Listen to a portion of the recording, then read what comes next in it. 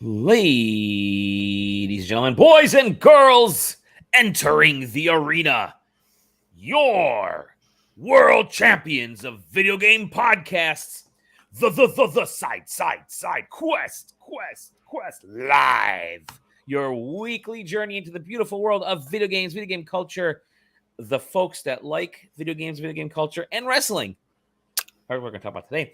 I am one of those wonderful people that will guide you on this tour. Dolly Domofsky, that's me. I got my cool Learv hat. I made a horrible mistake in buying this hat. JJ has a much better hat. Hello, JJ. Hello. Don't your eyes. This actually is JJ. You. Yeah. That's you. I'm just the beardless JJ. And Zach is the one holding the fort down with a beard. Hello. I like the private account quest. That's good. Yeah. Yeah, my account is private as I'm slowly realizing if I get this job, I have to change everything. I can't have that account anymore. So yeah, Zach's going to be working for the government. He's going to be working for Joe Biden. He's working for something that if anybody wants to Google my name, the first thing that comes up is my Twitter, and I need to get that out of there. So you have to change your name on the side questing website. Need to do something. Well, gents, it's awesome to have you on this beautiful, beautiful evening. It's a little warm, especially where I think all three of us are right now. Actually, all of us have some heat going in. How are you guys doing? I'm doing fine. Yeah, just living that dream. Too much heat. Well, I have this big problem where it's like relatively warm outside, but I work in a laboratory setting, so I think I put out the thermometer and it was like 104 degrees in one of the rooms that I do lab work in. So there's no escaping it, and the air conditioning doesn't do anything because it's instrument heat. So yeah. I have a south-facing house, so same. Just kind of sucks. We're getting butchered. Yeah, but you have the solar panels on your house, you lucky dude. Yeah, look at you. None of our Washington State doesn't have no houses have central cooling, so you got that's insane. Every house in Michigan has central cooling. Let me rephrase that. We all have giant air conditioners outside of our houses that just make our house freaking icicles. If you want AC, you pretty much have to buy a window unit in some way, shape, or form. Good. Yeah. Well. Hey, we're going to talk about hot stuff today, and I'm not talking about the heat outside. I'm talking about making just horrible transitions into talking about video game news. It's been a quieter week, actual video game wise, thankfully, from a news standpoint. All the Game Fest stuff went out. Zach, you weren't on the show last week, were you? No, I don't think you were on the show. We actually were talking in the Discord in which everybody should. I was trying to remember who was on the show last week. It was just me, Sam, and Johnny. And Johnny, I know Johnny joined us. Good man, Johnny. Drunken Johnny, which was just phenomenal. Zach, you had a great time just poking that bear. Hey, I talk to him all the time in private, so Johnny's I'm kind of used to it. Yeah, Johnny's awesome. No, and so is Sam. Sam's okay too. No, but we talked a little about the Nintendo Direct last week and just overall Game Fest and E3 stuff. And I just wanted to get your opinion, Zach, on anything from this last month or even the Direct last week or whatever that put a shine that you liked or you did not like. What beard? I think overall it was pretty good. Yep. Sony's thing was lackluster, but I think the couple games they had in there were actually pretty cool. I think Marathon might end up being an interesting game, so I'm excited for that. But yeah, I mean, Xboxes was cool. They had so many games. The Starfield hands-on thing was awesome. That game's gonna sell a bunch, so that's gonna be fun. I replied back to it and replied back with 3 different comments. Yeah, you did. That's good. That's good. Yeah. Okay. And then the Nintendo thing was cool. I think that was my favorite ones. They had a bunch of games that I know most of those games besides like the Super Mario RPG and Mario Wonder. I think those two are amazing like pieces to have, like a reason for me to keep my Switch, right? Yeah, But the other games they were showing are pretty interesting. I know we're going to be on PC, PS5. They're just like cool little things, like those farming games, Fae Fields or whatever. Farm, whatever. Yeah, that one looks cool. Like all those farming games they showed off were interesting. I mean, like, yeah, it was a pretty solid like week of games. The Dragon's Dogma stuff is cool. I mean, I wasn't like personally, I wasn't super floored this year because I think we knew a lot of the stuff that was already coming. This is just kind of like, let's show the things that we've been working on type of year. Unless you're Capcom, which was just why did you even have that event, Capcom? It's the same thing they did in like COVID era, where it's like, let's show off the new Phoenix Wright game for whatever reason. But I think it was solid. I think that, I mean, obviously this year is it's just crazy packed. It is just, you look at September and October and it's bonkers with the amount of stuff that's coming out. November is actually sort of light. You're going to get you might get Call of Duty in November, although they've been dropping it in October the last few years. And really right now is just like Mario RPG in November, and that kind of seems to be it. Maybe the Pokemon DLC. September is so busy. September's so busy. August is nice and light. July is getting more and more packed. September's so busy, and the big October thing is just bonkers.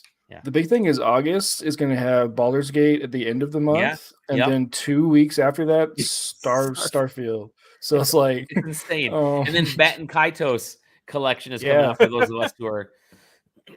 And that's like, and the Suikoden remake, hopefully this year. That's true. And Square Enix hasn't shown all their cards either. I mean, they displayed Dragon Quest Monsters, cool, but they still have Dragon Quest 3 coming out. They still have Dragon Quest 12 coming out at some point. Maybe those are next year. I don't know. It's just Tokyo Game Show. Tokyo Game Show is going to be happening. Yeah, well, I'm sorry. P5 Tactica, whatever, that's coming out in November as well. So we got 2 games in November that are confirmed. And the new Persona team game. I forget what it's called. That's next year, though, right? Yeah, still. I'm just saying, like, that's a cool game. I forgot to give a that's right. Yeah. Shout out to. The UI in that game looks so sick. Crazy. I don't know. They've done so good in like advancing the UI of development. I will say one thing. I was mentioning this in the news this morning, in the news section, or this afternoon, as I was doing some kind of last few cleanup write-ups of all the news that I wanted to post. It's the holiday week, so you're going to be seeing a lot of like news posts for Inside Baseball. Whenever we're low on any news happening or anything to really talk about, I just kind of regurgitate old news and I say, "Oh, I'm really excited about this," because I just talk about the shit that I'm excited about. So I was looking for Penny's Big Breakaway, whatever that game was called. I thought that game looked really cool, so that was good. That game looks sick. Yeah. It's from the Sonic Mania folks. And the Sonic Mania guys, And so I thought, I'm going to do a quick little write-up about it. And so I'm scrolling down Nintendo's press release that they sent out. Nintendo, every time there's a direct, Nintendo sends a PR that lists everything. And it's like, coming to Switch, coming to Switch, coming to Switch, coming to Switch, coming 2024, coming to Switch. So everything's listed for Switch except for one game. One game is not listed as coming to Switch, and that's the Princess Peach game. Which is really kind of interesting. Every game, even Luigi's Dark Moon, which you mentioned, was listed as coming to Switch. Everything was coming to Switch except for the Princess Peach game, which made me think, and this is where my conspiracy theory, I think, Zach, you were in your interview at the time, my conspiracy hat, the Louvre hat, was essentially saying, I think that's going to be one of the launch titles for the next Switch is going to be this Princess Peach game. Alongside and that probably be, I guess I'm going to say that's going to be cross-gen, because Luigi's Mansion is going to be, that'll be their end of January game. That'll be strictly Switch. But yeah, I think the Princess Peach one is going to be cross-gen, launch for the Switch 2 or whatever it's going to be called in like March, I'm guessing. Because their fiscal year runs out the end of March. NG Switch, as it's been called recently. Yeah. And we're going to talk about that in a second. It's good lead in. But yeah, I think that alongside I started like the wheels started turning. I'm like, okay, that's probably a good launch title alongside all the updates to, Zelda, Tears of Kingdom to, but maybe I don't. even the Tears of Kingdom DLC might drop at Yeah, some point. maybe the Tears of Kingdom stuff. I don't think they'll put out an updated version of Tears of Kingdom. I really don't. I think it's just going to be you can play the Switch games on the Switch too. Yeah, right? That's just what it's going to be. Yeah, because from what I remember, I think people who like dug into the files with Tears of the Kingdom found that there's like a switch, like a box check for 60 frames a second. There's something in the files saying that's a thing. So, yeah, I mean, it would be dumb for them to not have a backwards compatible machine. Yeah. So yeah, I agree. Especially since should we just segue right into it now? Let's do it. Especially with them just calling it out, was it Bobby Kotick that's called it the NG Switch? Mm-hmm. Which like they're even internally they're referring to it as Switch. They're not like trying to give it a unique, cute name or anything. There's no dolphin. There's no whatever. It's the next generation Switch. It certainly seems by all. Bobby Kotick, man. Yeah. That quote right there is crazy. I don't think it to be wild. I didn't think it was going to be. Yeah, Bobby, why are you still in charge of Activision? Well, he said something also. It's like playing Call of Duty on your phone is like playing a video game on your refrigerator, I think is what he said. No, it was it's like using your refrigerator as a safe or something. Yeah, using your refrigerator as a safe is what he said. Yeah. It's like he's not in touch with anything happening. There was he didn't know that Microsoft drops their own first party titles day and date on Game Pass. Sure you don't, Bobby. Yeah. Sure you don't. Like, yeah. Either you're wildly out of touch, which means you probably shouldn't be leading a major video game publisher, or you're lying horribly, which means you shouldn't be leading a video game publisher. You're lying on you're perjuring yourself for no real reason. Yourself, yeah. But yeah, so this has been a wonderful week. At the end of last week and the beginning of this week have been wonderful for all the stuff that's come out of this Microsoft FTC trial things, which more and more leads me to believe that this is going to go through. I'm at the point now where I'm like, all these are just formalities.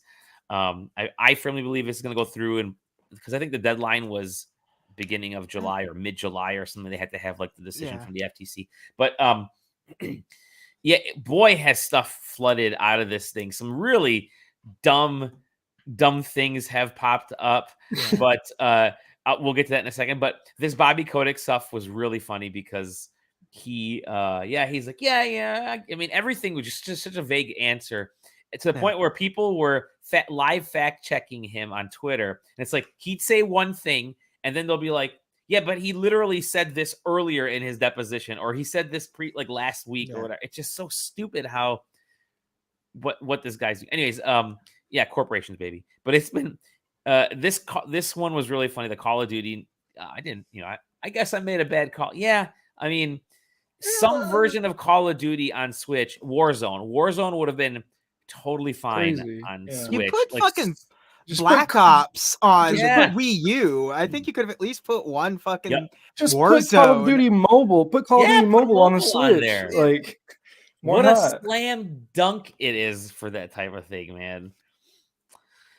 You put a free to play fucking Call of Duty mobile game with shit on the Switch.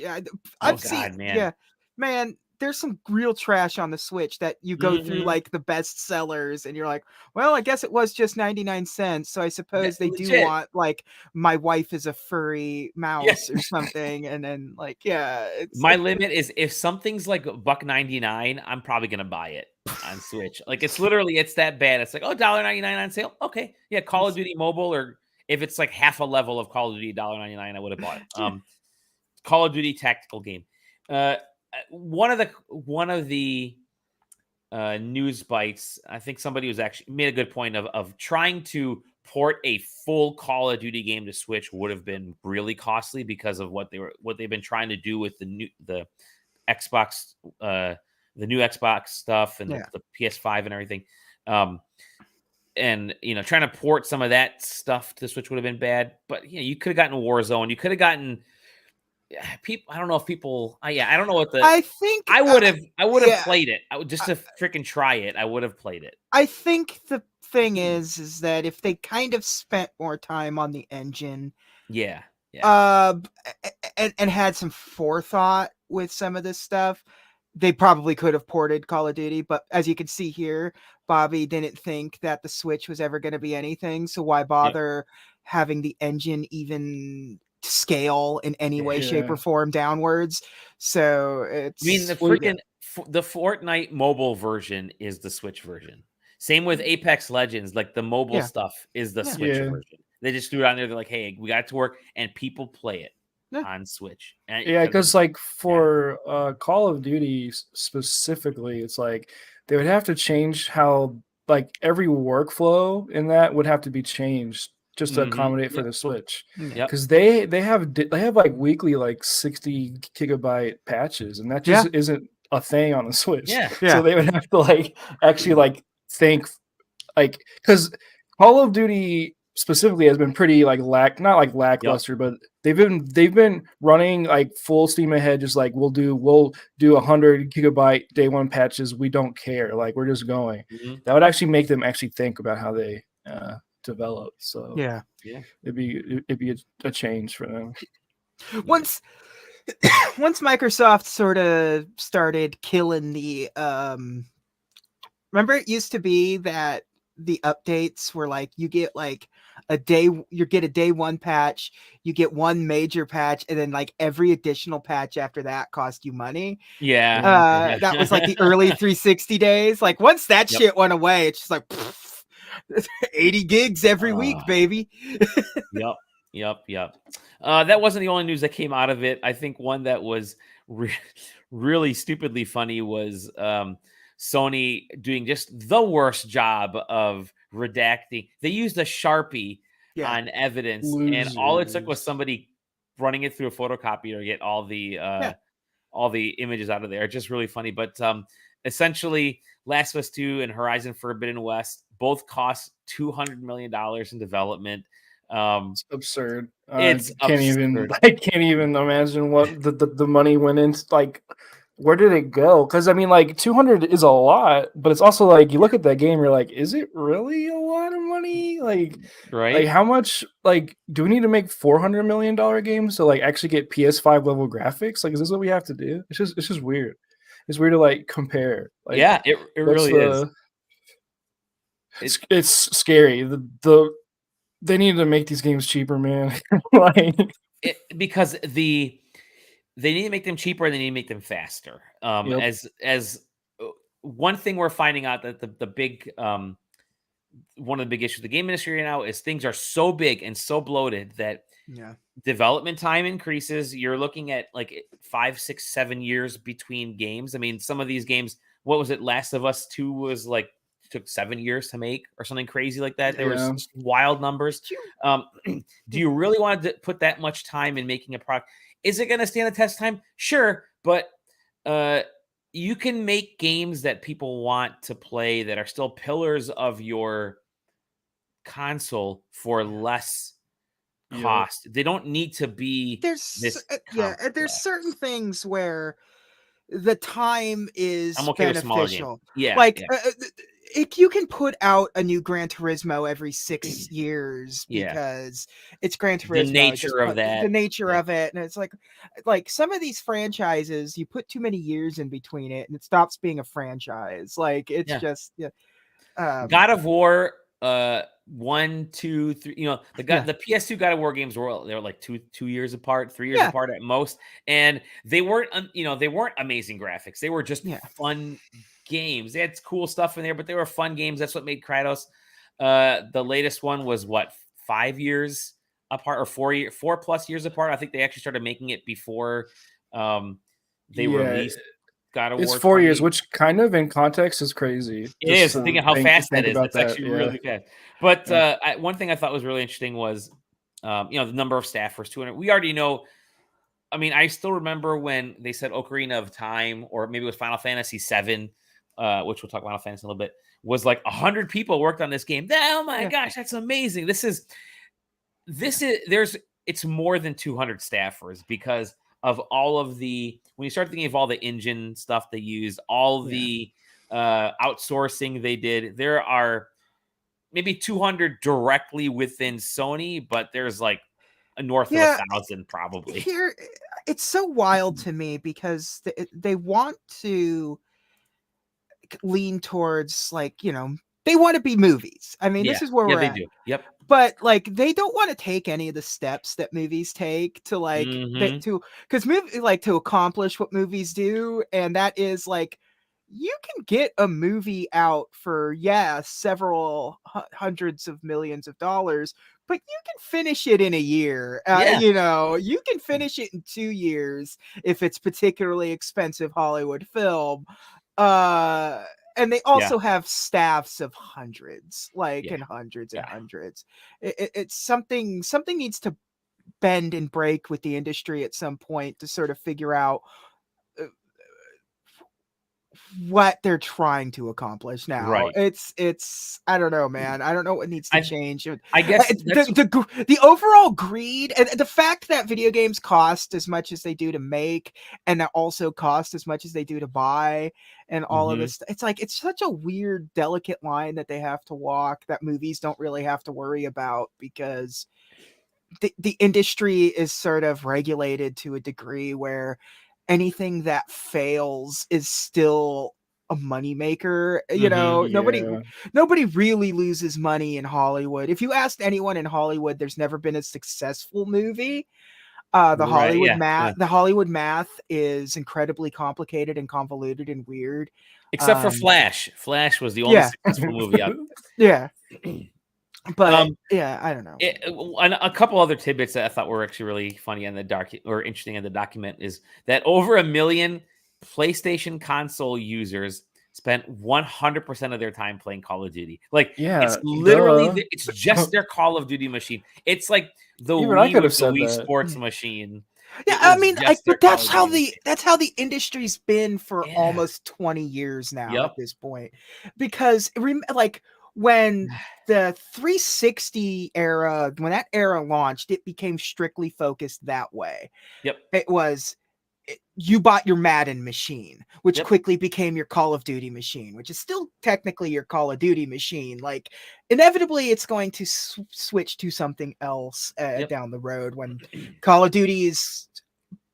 You think that Call of Duty is kind of on its way down, but then you see the numbers every year and you're like, oh no, it's not on the way down. It's just the media side of it's on the way down because it doesn't matter and it doesn't bring in views like it used to in terms of media side, because it's just, at this point, it's a known entity. It's until one seriously fails, it's not that part of the Call of Duty cycle is over. It's just announce it and release it, and it's going to sell billions of copies. So I'm still thinking about these budgets. Like, where's the money going? It's just insane. I mean, like, because these Sony games usually carry mechanics and assets from the past games. So, like, where is it? Like, where's the budget going? I think a major problem of something like, say, how long was Last of Us 2 in development for?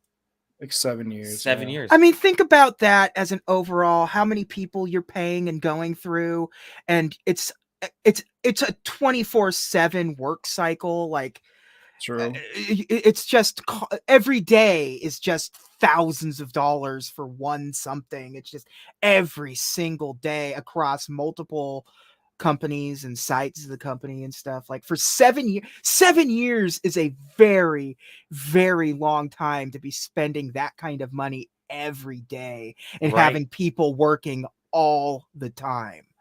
Like, it's I agree. It makes sense. There was a spending war, by the way, when Sony and Microsoft were just lobbying purchases back and forth. Remember, from was it 2020 through 2022, just nonstop back and forth. You buy someone, I'm gonna buy someone. I buy someone, you're gonna buy someone. And Microsoft wanted to outspend. That Matt Booty said he wanted to outspend Sony, spend Sony out of business, basically, I think was the comment. But one of the purchases they wanted to make was Square Enix. We heard Sega like yesterday, or the other day. Square Enix was one of the companies that Microsoft wanted to buy for mobile develop. Like basically, saying we're gonna take their games, we're gonna take everything about Square Enix and make them a mobile developer for us. Oh, crazy. Man. But also, like, it's always one of those weird things. Project Phoenix is what it was called, by the way. Yeah, it's one of those weird things because what does Microsoft considered acquisition even mean? Other than, they should be considering an acquisition of Square Enix. Like, I'm considering dating Scarlett Johansson, but it doesn't like mean. No, I am. Doesn't mean it's gonna happen. Guys, I'm sorry she's married. But yeah, it's so they had this hit list that had Square Enix, had Sega, had a bunch of companies on there, which part of that hit list was revealed in court documents. God bless court documents. Everything is coming out: emails, phone calls, messages. Really showing that Jim Ryan was not worried in the slightest about Jim Ryan. Jim Ryan's an idiot. I'm just gonna go ahead and say that. I will say Phil, in every email, he's a really nice guy. Like there's nothing really negative. Like he's just like he's actually just like we're doing this for the gamers, is what he's saying, like everything, which is like, crazy. Even the emails, behind the scenes emails that we're not supposed to be seeing, but we are because this is now nice. Public. He's cordial in everything. He doesn't come across as a different person in these emails than he does when he's on stage doing his Phil Spencer bullshit. So there was, they said there was one of the exhibited lists was the company. This was a list created in 2021 of 100 developers that could be potential candidates for acquisition. Square Enix is one. The full list includes Bloober Team. Yeah, you can have them. CD Projekt Red. We heard that one. Level 5 is an interesting one. Harmonix did do a lot of stuff directly from Microsoft. Like you can have them.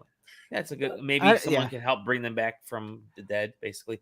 And From Software is a wild one. Yeah. I think what's really interesting about seeing all these like people on this list is you can tell that there were deals that have been made because there's like certain like games showing up at their showcases, certain series coming to Game Pass. There was definitely like some there's just palms being greased. There's a lot of like they really were trying for Sega, they really were trying for Square. They're putting all the games on Game Pass. They helped Sega by bringing their Phantasy Star Online 2 officially to the States, which is crazy because like that's a super niche title, but they're like, we'll do this, we'll spend millions of dollars for you, Sega, and they're just like, I don't know. It's just nuts. Well, speaking of Square Enix, news came out today that a little game known as Final Fantasy XVI has shipped 3 million digital and physical games. 3 million sold. Now, we did our prediction a couple weeks back, the last time all of us together, and nobody got it. I'm just kidding. Zach said 3 million on the dot. I said 2.6 only because I wasn't sure how many PlayStation 5s were actually out there. I was just kind of worried about the ownership level, but Taylor had 5. And Sam had 0 confidence in Final Fantasy 16 and said 2.3. But Pat, everybody give him his flowers. He's brushing the dirt off his shoulder. No, those are great numbers. I thought we were doing some comparison stuff. Final Fantasy VII, which launched late in the PS4 life cycle, only did 3.5 million or 3.2 million or something like that. Final Fantasy. That's good. Yeah, that's good. It's good.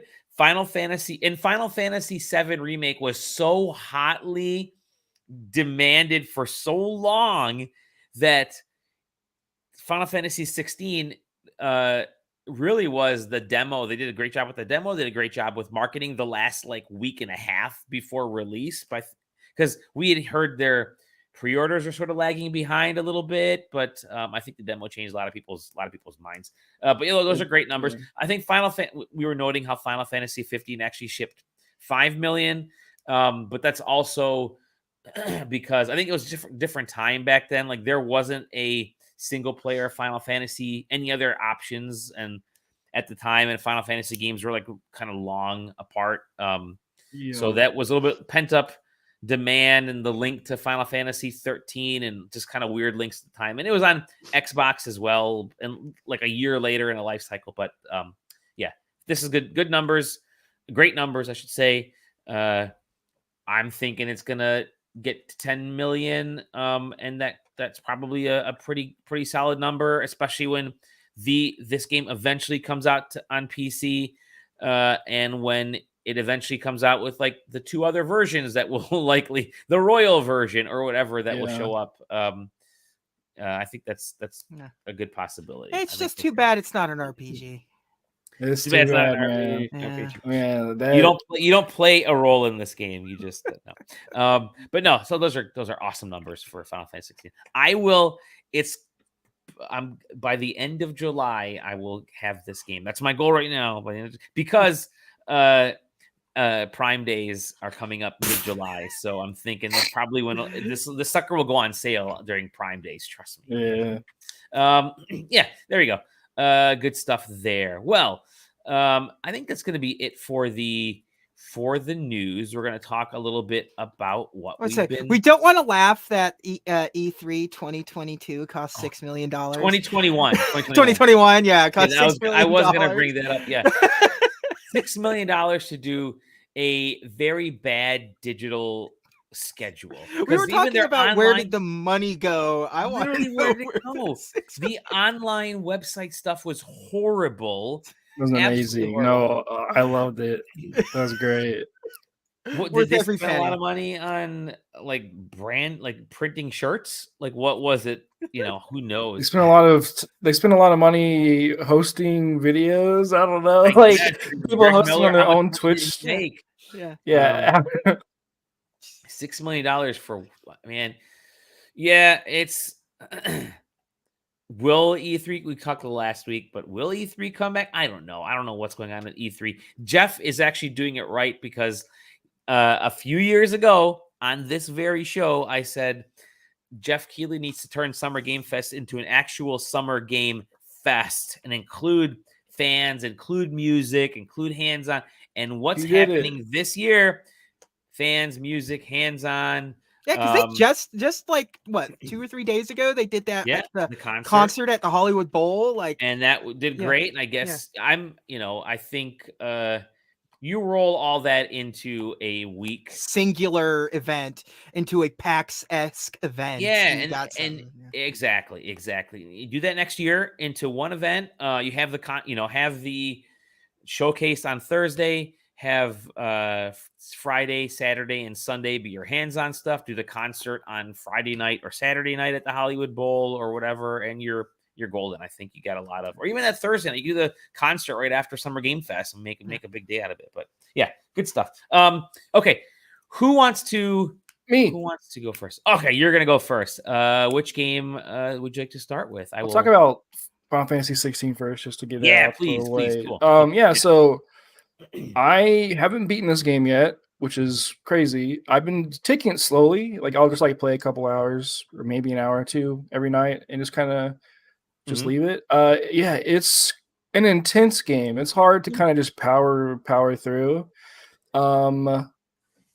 It's just really good. The boss fights are insane. There's just some stuff in that game that's just nuts. But what I really love is all the marketing and trailers that they showed were legitimately from the first 3 hours of the game. Everything else after has just been whoa. It's just it's really fun seeing people who aren't Final Fantasy fans be where did all the Game of Thrones go? It's it's Final Fantasy land now, dude. We're over here and weirdo stuff.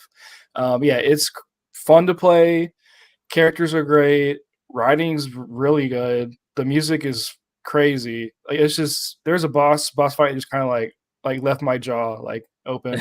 And they were using like Final Fantasy 14 raid stuff in the game too, so it's like, okay, I'm used to how they design fights kind of thing, but it's just yeah, it's super good. Anyone who has never played a Final Fantasy game should play it. It's definitely the one to play.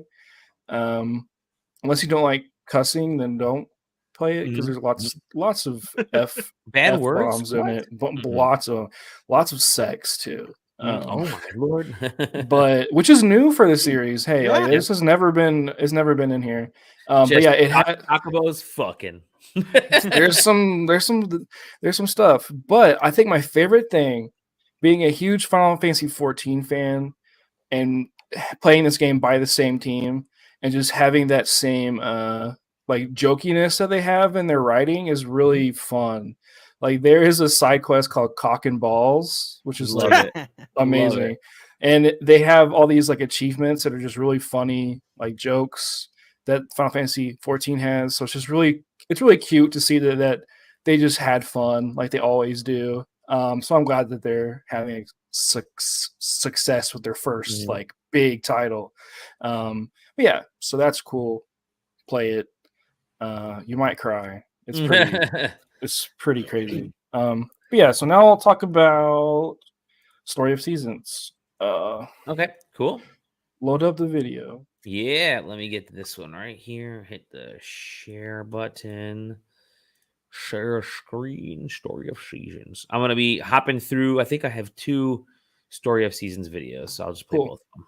Yeah. So what I want to say is, I'm glad that I'm doing this review kind of after the other reviews have come out for it, because what a lot of people have been saying is like, it feels slow, it feels old, which of course it does. It's an old game, but this is what the genre was before like Stardew Valley happened, and Stardew Valley kind of convinced people that that's how these games should be, which is not my preferable way to play these types of games.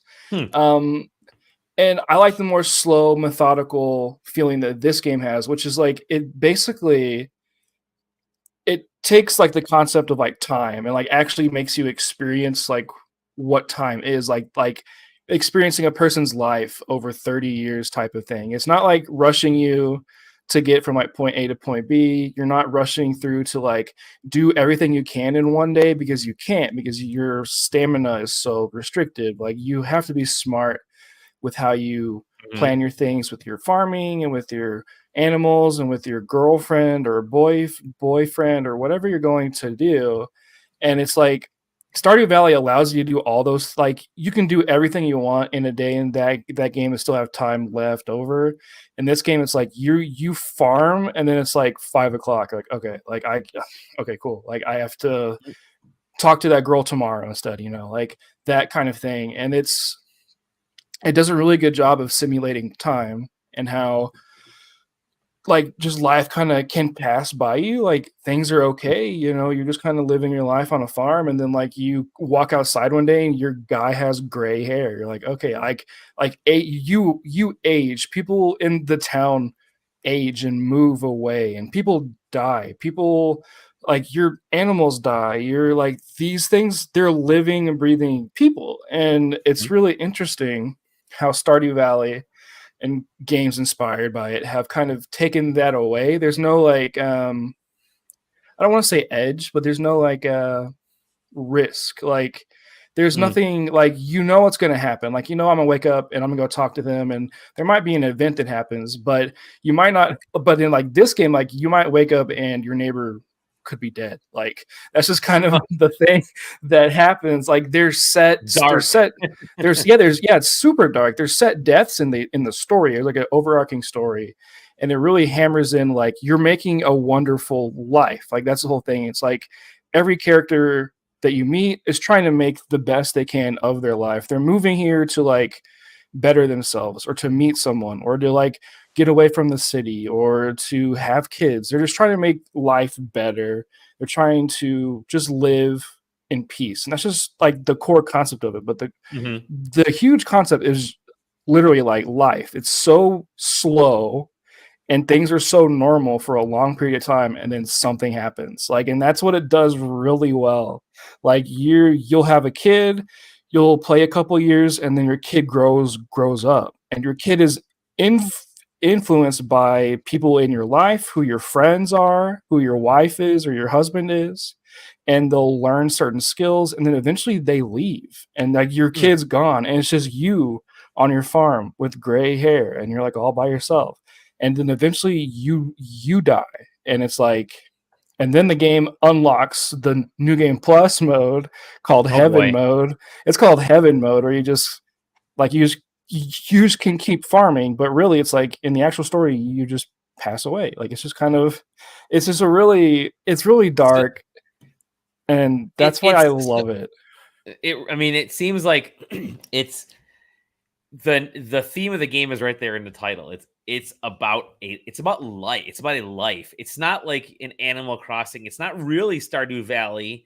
It's about you hear that cliche, a life well lived, right? That's exactly. It's a life well. And this game seems like, from what you're telling me, it seems like that's what this is about. This is about that journey. Yep. Like, your kid grows up, they leave you. It's everything and you experience. You got gray hair, and it's like, it's a really special game because of that. Because you live 30 years, and like each year is 40 days. So you have there's 10 dark there.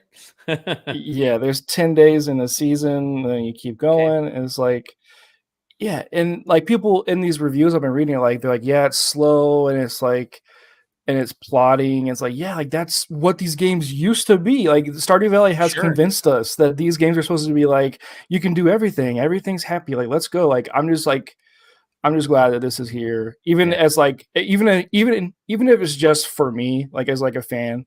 But I mean, that's just without me even talking about what, like, the changes, so much quality of life, things are easier to play, it's easier to control. Characters got updated. You might not like them if you're a fan. I don't really care. They made some people who are ugly sexy so you could date them. They made a girl who was 16, 18 so you could date her. Like, that's good changes overall. And I mean, it's really, really cool. My favorite character is this girl named Molly. Her name used to be Muffy in the original, but her name is Molly now.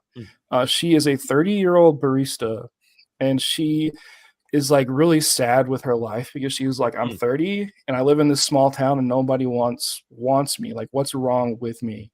And she's the one I always marry because, like, I feel bad for her, but one, like, she's older and I like that. So I just like, there's just, every character has that character tick. It's like, oh, there's something here. Like, she's 30, she's like, I want to have kids before the time runs out. Like, I'm about to like go, like okay, she wants kids. There's another girl named Nami who is just kind of like wandering, and like she doesn't know what she wants in life. And if you date her, she'll eventually like want to be on the farm and like find love in the farm. But if you don't, she'll fall in love with another guy in the town, and like they'll have their own thing. Like, all these other characters that you could date start to date each other as well. So it's like, it's a living like thing, which is cool. And their kids and your kids can be friends, and it's something. These other farming simulator games don't do this, where you can play through a whole period of someone's life, and kids grow up and kids have friends and everything. But it's, if you want to see what the olden days were like, then definitely play it. Days. But it's great. Maybe like 200 hours if you want to play through it. Good Lord. I mean, it's good. Guess. Awesome. But that game's amazing. Sweet. Yeah, it's the game that made me fall in love with the genre. The genre. And that's it. And it's crazy. I was playing that game when I was like 12, and I just wasn't aware of the themes. So I was like, I just want to farm. Like, let's just go. It's a lot deeper than farming, obviously. Yeah. You've been playing another game. Yeah, Aliens. I forgot the subtitle. Dark Descent. That's what I was gonna say. I was like, that's the other one, but no, that's this one. Yeah, so Aliens Dark Descent is a game that is pretty freaking good if you're into like PC like strategy games. It's definitely in that vein. It's kind of crazy how like there's so much minutia in this game that you have to manage, which is really like it's super cool because it's a stealth game, it's a combat game, it's also a like squad management game, kind of like Darkest Dungeon, where you have to like manage their mental health and like. Oh, I like that comparison. Yeah, so it's like it's at the start. The story at the start is really bad. I recommend skipping it. Don't even pay attention. Just skip. Get to the main part where you're in this ship and you're sending your dudes down to this other ship that has aliens on it, and you're trying to retrieve survivors, retrieve important intel for Wutai, and like all these things. And that's just kind of the basis of it. Is like you're up in the ship, you got your dudes, you're like, hey, how's everything going? Okay, let's go retrieve the stuff. And then you go, and it's like it's on a set map, which is super cool. It's not randomly generated. So there's a level of like handcraftedness that games need to like keep being interested, and also especially these kinds of games, yeah. Because it allows you to be like, okay, I know where this is. I've seen this before. Like, okay, I know how to approach this. But they're able to drop you in at different spots with different goals and different like it's a huge ship with like a huge map with different layers and different floors and just all these things. So you're constantly forced to explore, and you're forced to like maybe kill some people on your team if you need to like, okay, let's peek around the corner and like, okay, he's gonna get killed, but at least I know that's the thing I need is over there. Yeah, it's not as XCOM as I thought it would be. It's way more action focused than I was anticipating. Like there's a fun thing where sorry, go ahead. Yeah, there's a fun thing where you can like get into the back of like an army vehicle with like a big gun on the back and just kind of like just like drive a car around and like shoot aliens. Yeah, so it's like there's just if you can get to that point, it's really fun. I like the demo that we played at PAX was great because it puts you on the ship and you had to kind of move, like you said, move from room to room, taking care of things, making these decisions, watching the mental health of these folks, watching the sound you make. And managing them individually because of their different skill sets and stuff. But stupidly, one of the things that I absolutely loved was when your level of anxiety. Oh, that's cool. When your level of anxiety would start to like get up higher and your character start to freak out. You get into a room and you just seal that door behind you. And you're like, okay, everybody calm down. The xenomorphs can't get in this room. Just calm down. And like, during the demo, I was all excited. I'm like, oh, cool. My guys are going to calm down here. Okay.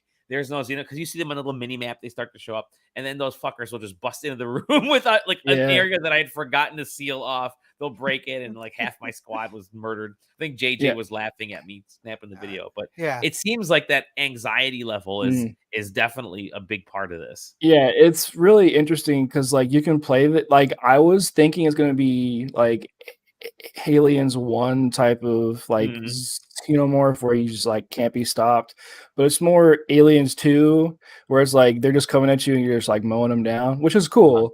But there's also instances where it's like, okay, I am out of ammo. What do I do? Okay, well, this is where the more tactical people in your squad come in and they're like, okay, let's lay down mines and traps and let's like figure this out. There's a lot of instances where that can happen. It's a really well thought out strategy game. Cool. If you like aliens and you like these types of like weird PC, it's definitely a PC game. Like if you know what I'm saying. It's definitely a PC game. Yeah, even though this is the PlayStation trailer, it's like no, play it on PC. It's one of those. I forget who. Some people made a Warhammer game that's really popular, like Gothica Fleet or something. Like made this and. Yeah, it's definitely there. But yeah, there's the typical Android where he's like, I'm evil because that's what this series has. There's a lot of like a lot more story elements that they're showcasing here. None of that was in the actual demo. Yeah. So the tutorial, so the basic hook is like, okay, there is a mole in the Marines. Someone snuck on alien inside of like a tube onto the ship, and typical. yeah, and it's like we can't let Wu Tai know because it'll damage our goods and we'll make less money, like that kind of thing.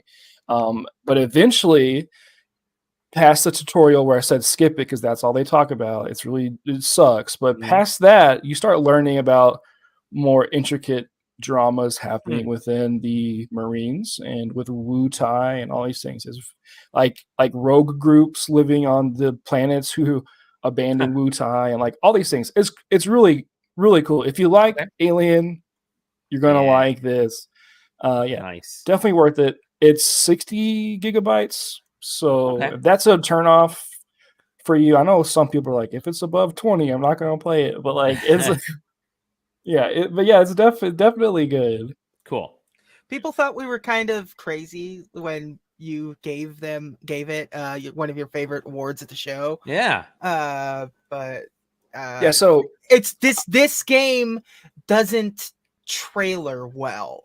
I don't think it's a completely different experience when you're sitting down and actually doing this, playing this game, and being sometimes overwhelmed by the choices you have to make to not die. Yeah, so like I played the tutorial and I got through the story stuff and I DM'd Taylor. I was like, dude, this game sucks. Like I was like, dude, this game was the worst. Oh my god. And then like I said, I saw a Mandalore video who's a reviewer that I like to watch. Yeah. And he said, hey, this game's good. I was like, I'll go back to it. And I did. I was like, okay, I was wrong. Horrible tutorial. Everyone I've seen who's talked about this game has agreed. Like the initial story is just bad. Yeah, we're in that era of gaming where there isn't good tutorials anymore. It's just yeah. So if you're an alien man or alien woman, alien they them, an alien aficionado, play this. Yeah, cool. I am one of those, so I'm excited for that. This I'm not a strategy person, but I was actually really looking forward to this game. So that's good. That's strategy. It's pretty straight. It's pretty straightforward. Just kind of like click and like shoot and going. But there's still strategy to like, oh, do I want this guy to die or not? Like, check kind of thing. Choices. We all make choices. Speaking of choices, I'm gonna get into one game that I'm playing. And then we'll get into the game that JJ and I are both playing. So I am reviewing a game called Kingdom 80s. I have never played. You guys ever played any of the Kingdom games? Yeah, they're good. This is why I'm not interested in this because I don't like the aesthetic change. Sure. I had never played a Kingdom game. So essentially what they are is they're sort of these seemingly simple like narrative tower defense base building type of games, right? You're collecting, you're sort of building up an outpost to protect it from oncoming onslaughts. And in this case, it's very Stranger Things like, it's set in the 80s, kids on bikes. You play a character named the Leader. Like there's no other name to this person, and then you meet up with like Champ, and you meet up with like they have sort of these classes type of things. But as you can kind of see, let me scroll that back a little bit. You essentially scoot around on your bike, and you see kids at this. It starts off in the camp. You see kids at the camp. Look, they're wearing little hard hats, and you drop coins. You Bye, start Zach. Hi, Zach. You start off wherever Zach went. He'll be back. To the upside down. To the upside.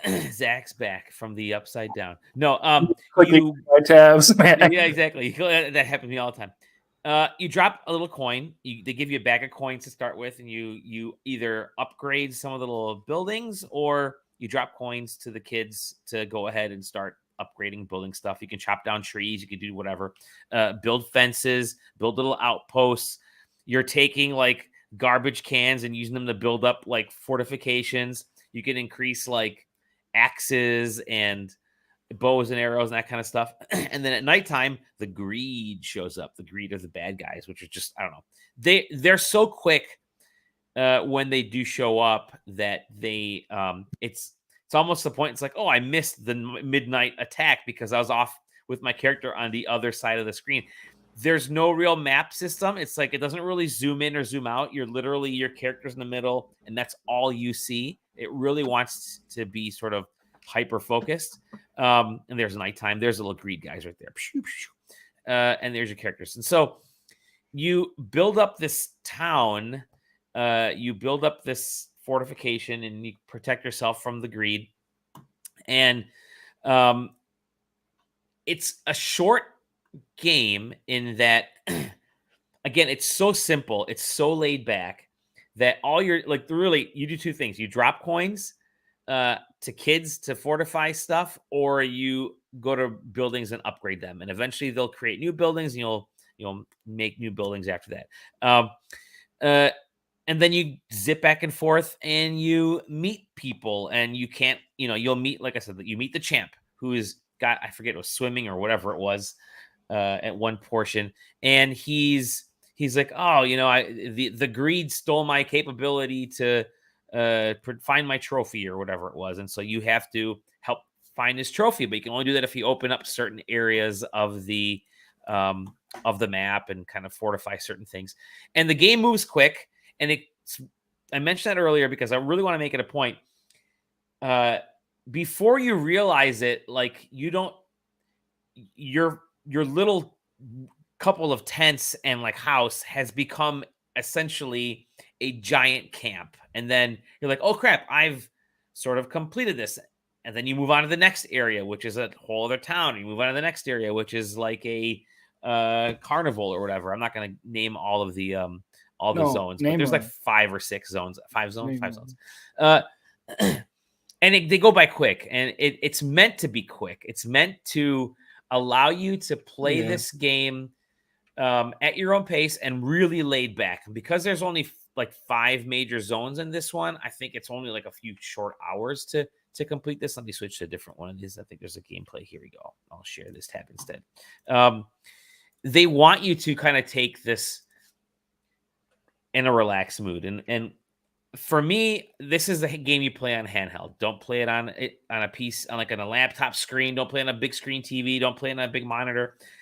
I played on the Steam Deck, and I was outside in the hammock at nighttime, and it was fucking perfect. Like, this was the mood, just chilling back outdoors. I mean, I can almost play this game camping. I think it'd be kind of cool too, but perfect handheld mode. I think it's even on mobile, or might be coming to mobile. I think the other Kingdom games have been on mobile. The other 2 ones, are.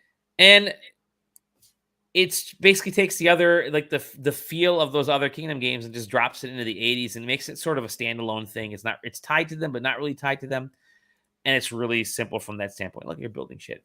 And that's really it. I mean, the amount of depth, like I was surprised by the amount of depth in this game, because I thought, again, you're just dropping coins, so things move quickly. But then the narrative elements in there, you're like, holy shit, I'm helping people sort of self-discovery in some aspects of some of these characters. And I'm helping,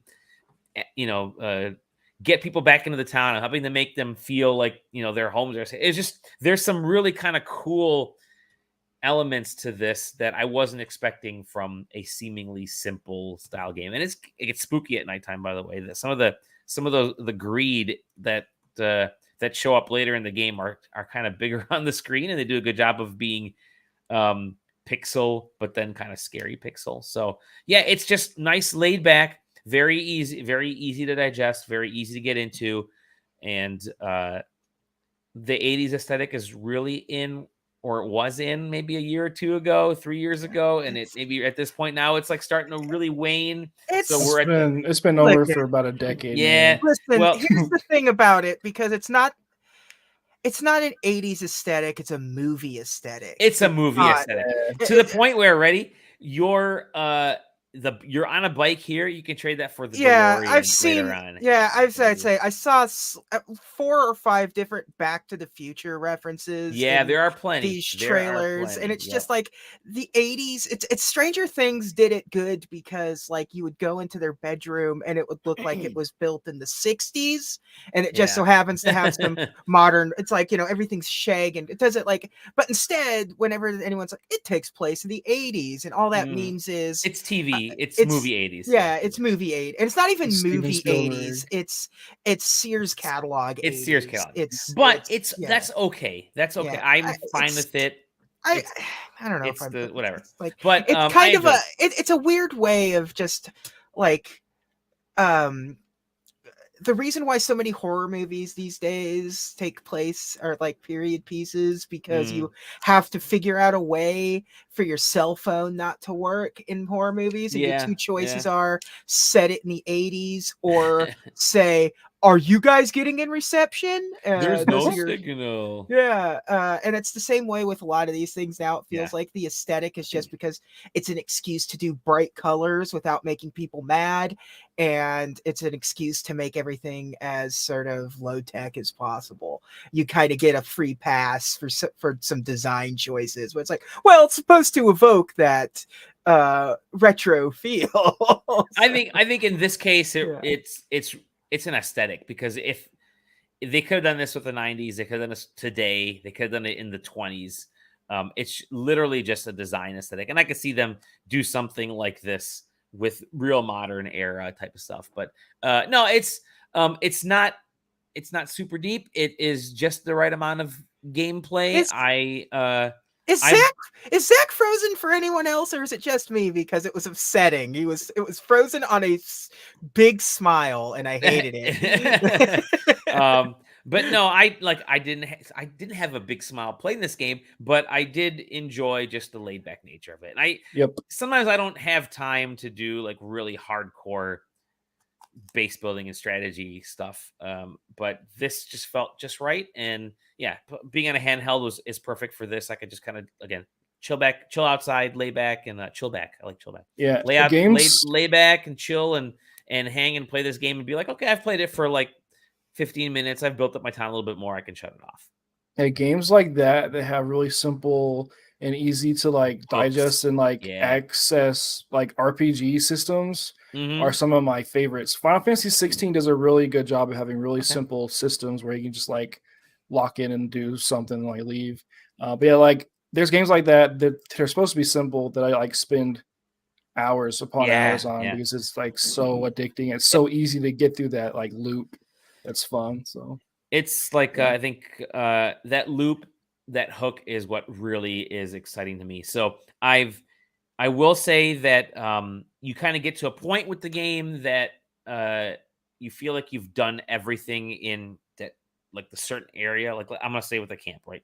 You feel like you've done everything in that camp, and then you move on to the next one. The only thing I would have liked is if you could kind of go OP in a zone. Like I would stay in that camp even after I cleared out, done all the stuff in the checklist I need to do and open up the area. I would love to stay in there and just gone past the maximum settings for what I'd want my my town to be. Like I want to have like massive fortifications. I want to level up everything way beyond what it needs to be, because there's that little bit of OCD in me to max things out. But they don't really let you do that. I wish they did, but yeah, I mean, again, it's really laid back. It's a cool strategy game. I think it's something that folks who don't have a lot of time. This is maybe a game more for adults that are like my gen, which are like, yeah, I lived through the 80s and I like references and I like Stranger Things and I like rewatching Back to the Future.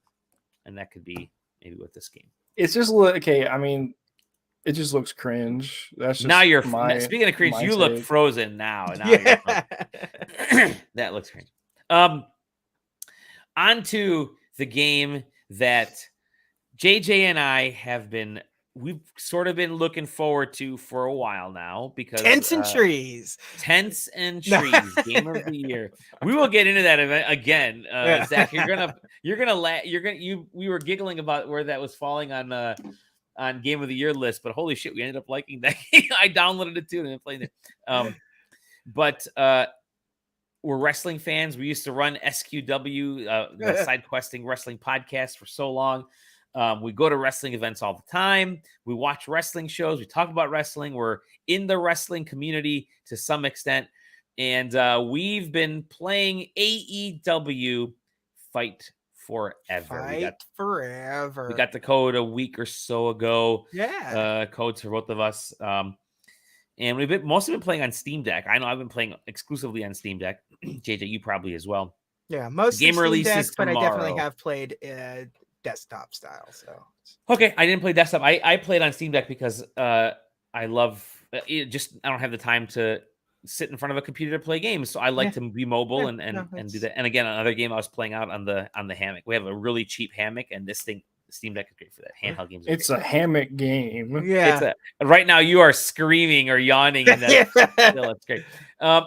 He is not yawning because the game's boring, because this game is great. I'm going to show you right now. Let me see if I can open up a window here. It's been fun. I can't. So what? It's the 28th, right, when we're doing this, in case you're listening to it later. So the embargo went up today. So I was really curious what people's opinions on this game was going to end up being, because I knew it was going to be divisive. Yes. And I was mostly right. A little more divisive than I kind of expected in terms of sort of, I don't know what people expected out of this game, but like day one, it was really clear what this game was going to be. What they were trying to do with it. Yeah.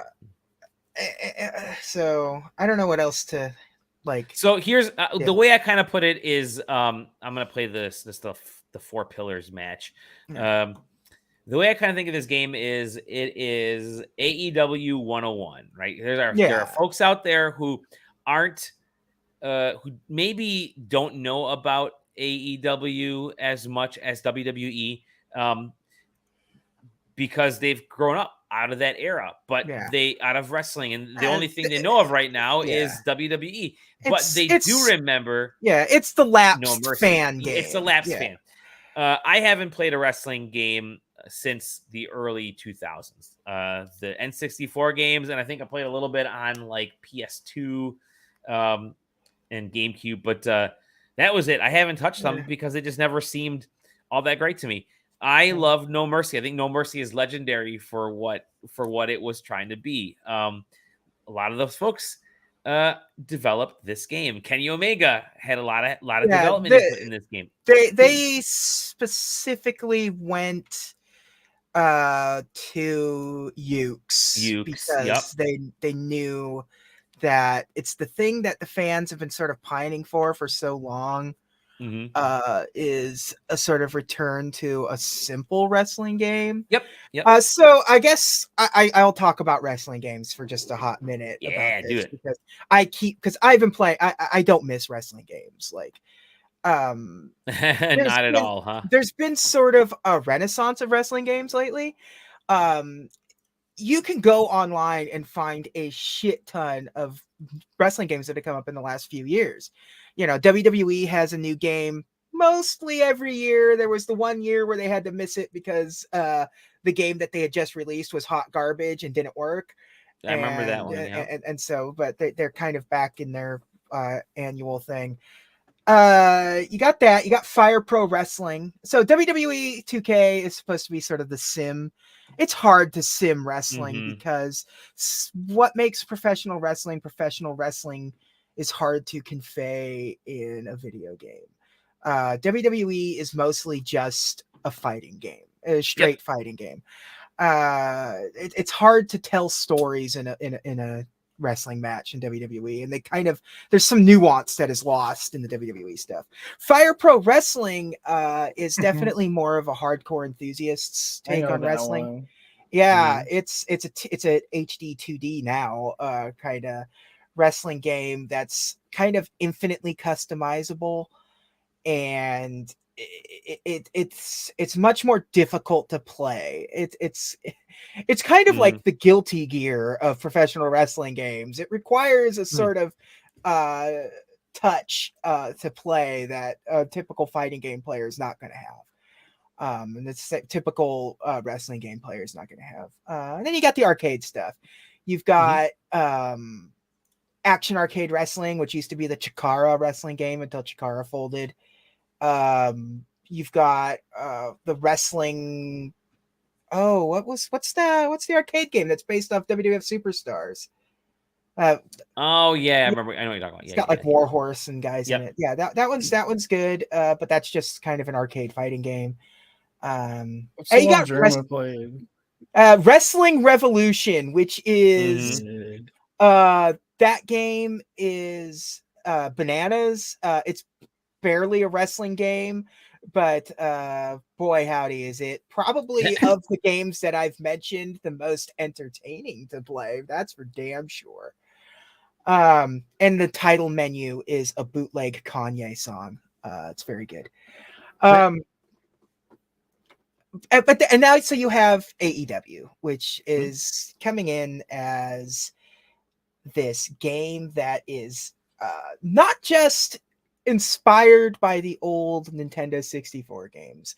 I would say that this is, if they kept making them, this is what it would be right now, because the control scheme is virtually unchanged. It's unchanged, man. It feels just as chonky as those original games. I love it. Here's the thing that made those Nintendo 64 games so good is that they were slow. And methodical. Like, you only had a handful of button inputs you could do, but like it really sort of made you think about momentum, because it's not health bar based. The Nintendo 64 games are not health based. You can see it on this screen right at the bottom there, the little those bars that are bouncing back and forth. Those are momentum. So when you're doing good, it gets more, that meter gets more and more full. And it's the same way in the Nintendo 64 games. If you're taking a beating, it gets lower and lower. And if it's super small, if it's in the blue range, the likelihood of you getting thrown out of the ring or pinned or submitted goes up 1,000-fold. But when you're in this high level like this, it increases your chances of kicking out of holding a pin or an attack or a submission or getting thrown over the top rope in a battle royale or whatever. And when you get to what is wrestling real? Yes, it's the realest real. Yeah. There's nothing more real. It's the only real sport. So it's momentum based, and I love the idea. I've always loved the idea in the Nintendo 64 games that is made up of here is, as long as you're good at it, you can get a couple of finishers in, because the way you because you can see where it says signature right there at the bottom. So when you go into signature, you flick the right stick and you do a taunt, and it activates your special move, and you can use your special move as many times as you want for the few seconds that the finisher is fully activated. And that's really, really cool way of doing professional wrestling. And finishers, unlike WWE, actually feel like they do something. Like, if you hit a finisher on somebody, it can really take them down. So I really like the way the gameplay of this game is the best for a wrestling game. There's a lot of everything else that surrounds it that is not necessarily great in this game. My experience with wrestling games is NWO, I think, on the N64. Yeah, it's the same. Yeah, it's that there were 4 games. There was WCW World Tour, WCW NWO Revenge, WrestleMania 2000, WWF WrestleMania 2000, and WWF No Mercy. They're all basically the same gameplay style. And this is the next in that lineage. It's the exact same. So my older brother Eric, he would make me play these with him, and I was like 5 or 6, so I would always lose. But that's like the concept of these games, and I've always like. anytime I see the newer ones, I always still think that they control the same, like how they control back with like so it's just like it's funny to hear you say they're still got the chunky controls, because I was like, I wonder if they got the same controls, and they do. So that's 100% does. Like a modern WWE game relies so heavily on chain wrestling and reversals. It's kind of irritating. It's getting to the point now where it's almost tactical. It's almost like more tactical than it. You have to like memorize timing windows and stuff and everything. Like I also want to see games that people play. And I want to point out, so the referee as you can see in here, is Aubrey Edwards. And she's actually done game stuff. She's an actual game. She's a game developer. She graduated with a game dev degree from what's it called? That famous one in Seattle area. The Digipen. She's from Digipen, she's from here. She used to be a referee for Defy Wrestling and her ring name was only you will appreciate this, Dally, but it was Girl Hebner. Love it. Girl Hebner. So So I'm gonna before we get to some of the stuff that you may not love. I'm coming at this. So JJ is the established wrestling guy in terms of games and stuff.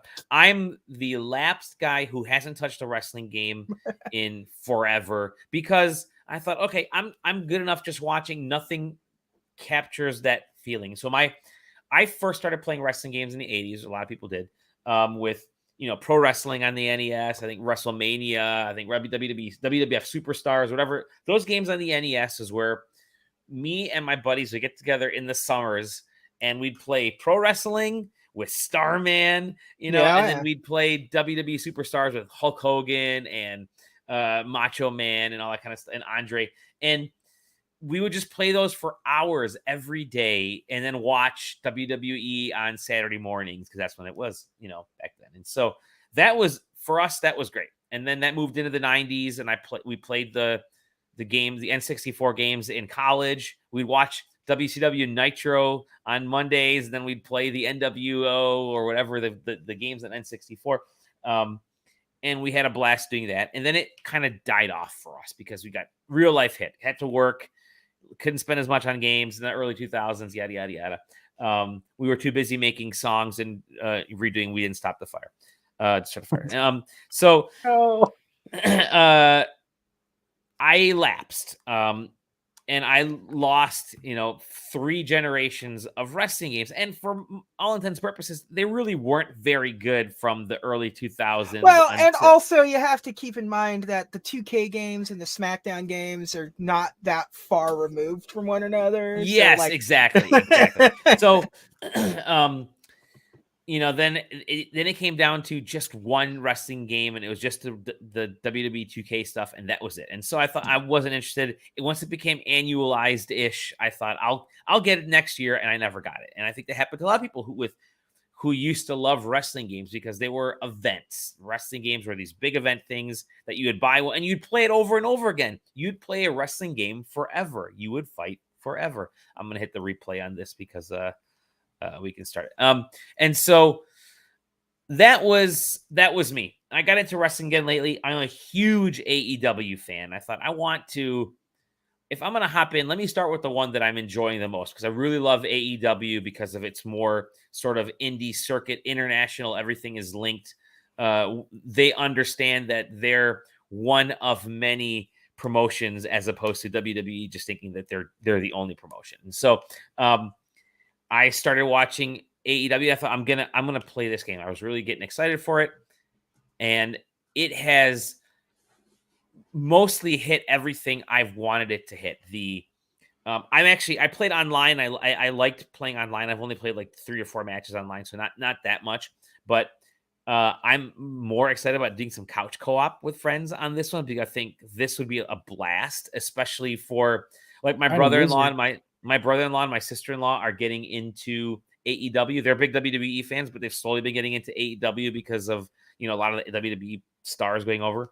And so this, for my brother-in-law, I think he would absolutely dig this, because this is AEW 101. This is the history of AEW. This game is essentially how AEW starts. Like they go through a lot of the history of like the road to elite is what they call the career mode in this, which is it starts off the very first AEW event, basically, right? And so your character enters the Casino Royale, which you draw your card. You got to try to last through this Casino Royale to the very end. I did, by the way. I kicked butt as my guy, which you'll see in a second, when I introduce him here. Can I just say, for that, I didn't create a wrestler for it. I just picked Bryan Danielson. Oh, nice. Okay. And I drew second. Oh, dude, nice. I won. Yep. I think I drew second as well with my creator wrestler. Yeah, and it was very fun to get a 7-star rating after the match. Nice. Nice. You get ratings after match and stuff. So you get the Meltzer stars. You get the Meltzer stars. I like that. And they're so I think that's what I'm kind of leading into is that this game knows what it's trying to be. It's like, okay, they have to introduce themselves to the public from the wrestling side. Like WWE can be of the moment. They can say, here is the bloodline stuff in the new WWE game. You can't do that with AEW because they're still a much smaller promotion. So they're kicking it off by saying, this is who we are. This is our history. This is a lot of the characters. And I think part of that is also the game has been in such long in development that characters like Kenny Omega is different. CM Punk is different in this. Obviously, MJF is very different from his character development. And it also like Cody Rhodes is in the game. Cody Rhodes is still in this game, and he hasn't been in the company for almost 2 years now. Yeah, and so William Regal is like the tutorial. You saw William Regal's tutorial, and he's not in the company for he's in WWE. Months. So I was gonna say, so it's because it's been so long in development, and again, Kenny Omega's been very hands-on in this thing as well as I think Aubrey has as well, and so it does feel a little dated from that standpoint. But if you are a lapsed wrestling gamer like I am, if you're someone who's just getting into AEW, or even if you're like actually a hardcore AEW fan, if you're not like a wrestling elitist type of person, I think this is actually a really good a good starting point for AEW and understanding what AEW is. Now, that being said, it is light on content because the career mode is only like 4 months worth of events. There's only like 16 and there's weeks of battles, and you pass the Casino Royale, and there's very minimal choose your own adventure type of stuff that sort of takes place. It's super linear. I like the idea of a lot of the stuff it's doing, like like the mini games the mini games. I could do get without rid of them. Just get rid of them. But like in the Road to the Elite, I like the idea of like, okay, you got hurt in that match, so you got to go to the hospital and nurse yourself, and maybe have a meal, and you have to sort of make a press conference and do your media scrum and stuff like that. Stuff's fun, but it never really feels like it means a whole lot of anything. Exactly, because you hit a button to play, and it's like, I'm going to select media scrum, and it plays itself. I'm going to select eat a meal, and it plays. By the way, I will say those are kind of funny because I had Luchasaurus yell at me about or teach me about big pizzas or wherever in New York. That was actually kind of funny. I like the photo op things. The photo op thing is fun, and I do like that when you start your career, it asks you if you're a vegetarian or not. So it can change the food that you eat. It doesn't change, and it is like local foods and stuff. It's funny because you'll go to any place you eat your food at, and it will show you like a picture of the food at the end. But the problem I have is that while those are interesting, you're not actually you can go to the gym. You're not actually working out in the gym. You're just selecting light, medium, or difficult workout. I would actually love to press buttons and do the actual workouts. It's not like in No More Heroes where you got to go to the gym. And you're like, I would rather do that, like the No More Hero style, than this, I feel like hitting the button and I feel like that's Fight Forever 2 or whatever the fuck they're gonna call it. And I think this is baby steps towards Fight Forever 2. I think they kind of felt what this game feels like. It's like, hey, we needed to. this has been so far in development. We need to get this sucker out, and I can almost guarantee you they're already working on the next one. They got they've already got the season pass stuff figured out, because a lot of like the really popular wrestlers aren't even in this now. I don't know if this is the place to talk about it in the review, but there's stuff that has come out online about a mode that is definitely in the game that is not in this game, and they haven't talked about. Wink. But we won't talk about it. But we won't talk about it in our review. But it seems weird to not, because that is the mode that is so removed from what this game is, that I'm kind of fascinated by it. I will say this. In terms of like the create a wrestler mode, it's not good. It's very not good. It's old school. It is definitely like it has a lot of options to make a wrestler wrestle like somebody. Like if you wanted to make a Roman Reigns, you could easily make a wrestler that wrestles like Roman Reigns, but it is virtually impossible to make him look like Roman Reigns. Here's my guy, by the way, Joe Questicle. With the Fist of the North Star scars. Fist of the North Star scars. I have some bullet wounds in there. Those aren't bullet wounds. Those are Fist of the North Star scars. Yeah, I know. You got punched so hard. No, it's here, I'm going to share this tab. This is Questicle versus Brian Cage. One of the first matches you're up against is Brian Cage. They are, it is, even the creator, the creation mode is very light. Like I couldn't get anywhere near what I look like, because there's only like 10 different heads total from men and women. And so it's definitely lacking. Again, I really feel like they probably thought, we need to get this game out. It's been so long in development that we're missing our window. We got to get this out, around Forbidden Door, around our next, because they're going to Europe over the summer, and they got to get out before then, because then you're already starting to talk the next WWE. You're talking about the next cycle is already being talked about. We just talked about Summer Game Fest. People are already worried about the stuff that's in the fall. This game could get lost if it was put off any more. So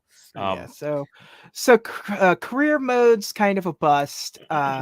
Create a wrestler is definitely, I would say, definitely a bust. The mini games aren't anywhere near as they're adding more with the season pass, but who cares? At the end of the day, though, the actual act of wrestling is so good. Fun. It's so fun. And so fun. And the one thing I appreciate a lot about the wrestling in this, first of all, I'm kind of bummed that the entrances are the way they are in this. They're not full entrances, so you don't really get to experience like the big thematic nonsense with a lot of the entrances. But I do like that you can change the camera angle and you get to control the pyro. That's very cool. But I like all of the small things that they have in this game. And there's some things that you don't think you'd be able to do that you can absolutely do in this game. Like you can find like a skateboard and skateboard around the ring. Cool. Skateboard in the ring. And then you can also dive off the skateboard over the top rope and suicide dive onto your opponent. You can randomly, you'll pull out a bag of tacks in the like hardcore what's the hardcore equivalent? Lights out matches. Lights out. And like the tacks stay in the ring and stay on the wrestler. You can catch wrestlers midair. Like it's like it does stuff that WWE games don't do a lot, which is just sort of like gamify wrestling. It's very fun. I like some of the weird small, like if you click in the right stick as Adam Cole, he lowers his knee pad. Which is a nice touch, because that's what he does before he gives his finishing move, which is running knee to the back of the head. He'll lower his knee pad so it does more damage. Or like if you do that while playing as Orange Cassidy, he'll go sloth style and put his hands in his pockets. And all of these things, like if you wrestle as the wrestler would wrestle, you get buffs as well. So you'll get taunting buffs, and you'll get the sloth style buffs, and you'll get like performance buffs that like give you increased defense or movement or attack, or it's really cool the way they sort of it pays to play in character. Yes, in a lot of yeah, in this really game, does. which is really which is kind of unheard of, because like so many of these games don't play that way. The wrestling games don't really care. You can play as a babyface or a heel no matter what the character is and this stuff like. But this game incentivizes you playing as who you're playing as, to like be a smart ass and run away and things. It's kind of neat. It's and I think that's kind of the gist of this is everything around the in-ring action is kind of boring and I would say bad. Is it bad? Yeah, it's bad. Yeah, it's just not interesting at all. Yeah. But the in-ring action where my brother and I are, because when I play with friends, we're just going to select the fighter that we want to. We're going to select Kenny Omega. We're going to select MJF. We're going to select CM Punk. We're going to select, all the, Britt Baker. We're going to select these fighters. And we're just going to play. That's another thing. This game does have intergender wrestling, which hasn't been. I think it's been. It's been since like WWE SmackDown 2007 or something. Yeah, I noticed that too. But yeah, that's how I'm gonna play this. And I went through the career mode and I was like, okay, I'm done with it. I unlocked everything, which isn't a ton, and then I just wrestle. I just would play it. And again, I think the in-ring action of this is so solid. It's so fun. It's so chonky. It feels so right that. Like, this is what I want a wrestling game to be from the actual wrestling standpoint. I will say at the end of the day, though, the thing that bums me out about this game is how, I don't know, the roster feels wrong. Like, there's a lot of, like, notably missing people that aren't even announced for DLC. Like, it is kind of insane that the Acclaim aren't in this. The Acclaim again, I think Billy Gunn, it's the timing thing and their development music thing, and their theme song is in it. Like it's stuff like Danhausen is going to be DLC. FTR is going to be Evil Uno. Isn't in this game. You have two other members of the Dark Order. You have John Silver. Johnny Hungy. And what's her name? My brain is escaping, but that's your Dark Order representation. Like, that's kind of fucked up. Like, I don't know why Evil Uno isn't in this, especially since he's been kind of their promotion for this game. He's streaming it all the time and he was doing roster reveals and stuff, but he's not in the game and he's not like part of the roster. It's so weird. Like, I think it's just it's timing, it's development. They're not a giant. There's no timing. There's no excuse. But for Evil Uno in particular, timing has no. He's been there since damn near day one. True. And they have other members of the Dark Order in it. Brody Lee, who's been dead for a year and a half, is in this game. But there are definitely weird decisions. There are two dead people on the roster in this game, and Evil Uno isn't. But yeah, that being said, I think it's a solid first start. I'm going to be recommending this to people who don't know, if who are just getting into AEW. I haven't had. I've seen some videos of people having some serious bug issues. I had zero. I had like one that wasn't particularly a bug, but like you could tell was about to become a serious issue until it kind of like fixed itself shortly thereafter. Mine was I was having issues early on. I mentioned I'm like, this game is buggy as heck. It ended up being my Steam Deck just because I was downloading 50 Steam Next demos in the background, which just murdered anything on the Steam Deck. When I first booted this game up, I booted it up through my computer, plugged into my TV, and it tried to blast this game out at like full 4K resolution. Oh, geez. Which it can't. It doesn't. And not with a Steam Deck. And I will say this. I'm totally enjoying this game.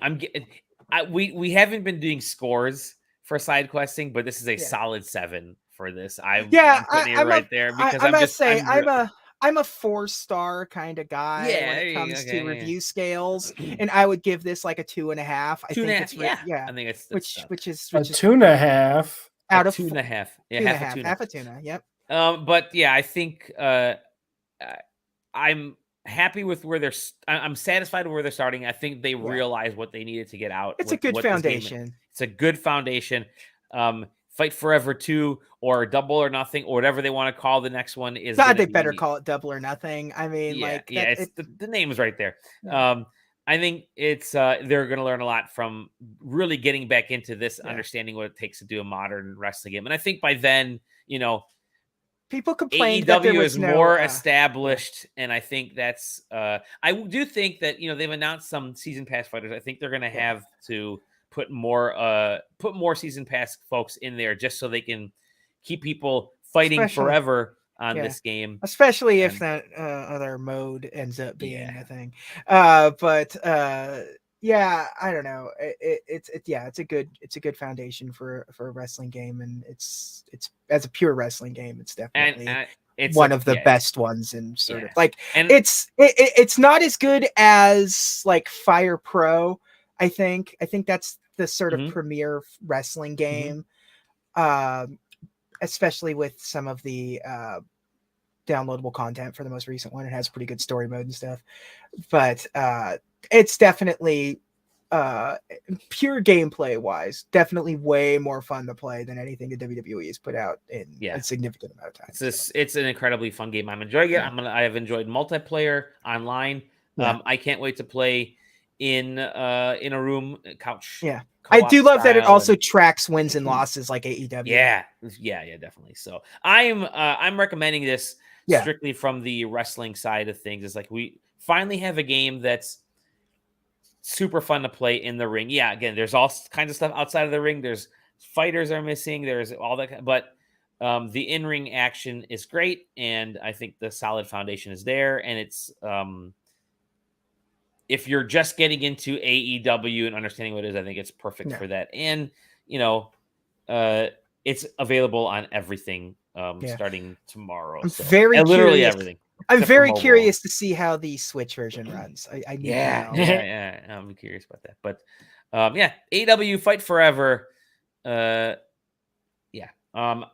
I think that's it. That's it for this evening. Yeah. We went through 4 review games, and we had a good chat about all the fun Activision and new stuff. And it's a holiday next week. Oh, yeah. But we'll get together towards the end of the week and talk more about some of the other stuff we've been playing. I think we're talking about finally doing our thing. So we got doing our fun thing, which is going to be next week. There's hopefully normal news. There actually is news happening. Bandai Namco is dropping some news on Saturday, the 1st, or Sunday, whatever day the 1st is at Elden Ring DLC. It might be it. I wouldn't be surprised. Yeah, but, I mean, that's actually honestly, But until then, we definitely want to thank you all for joining us. We had a great time with the newly shorn JJ right over there. You get to watch a full beard. Yeah, you get to watch in real time how long it takes me to grow a beard. Yeah, the Chia Pet version of JJ. Zach, thank you again for joining us, my good man. I'm in my boxers, by the way. And so he's frozen, so it's all good. That's why. Yeah. Wait, really? Yeah. On my screen, I'm completely fine. Yeah, you've been frozen for probably the entirety of our AEW segment. So it's all good. He's back. Now he's alive again. But you're also at like 240p. So yeah. That's weird, because on my screen it's fine. So. And with that said, hop on to sidequesting.com, go to the Discord. The link is in this post. It's in this YouTube post. It's on the website. That's where we hang out. Always good conversations in there. And you can see cool art and comics from Johnny, whose stuff is always really great to look at. And you can see some cool food. We're doing more tortilla chip recipes, which I thought was great. Zach had some good recipes in there.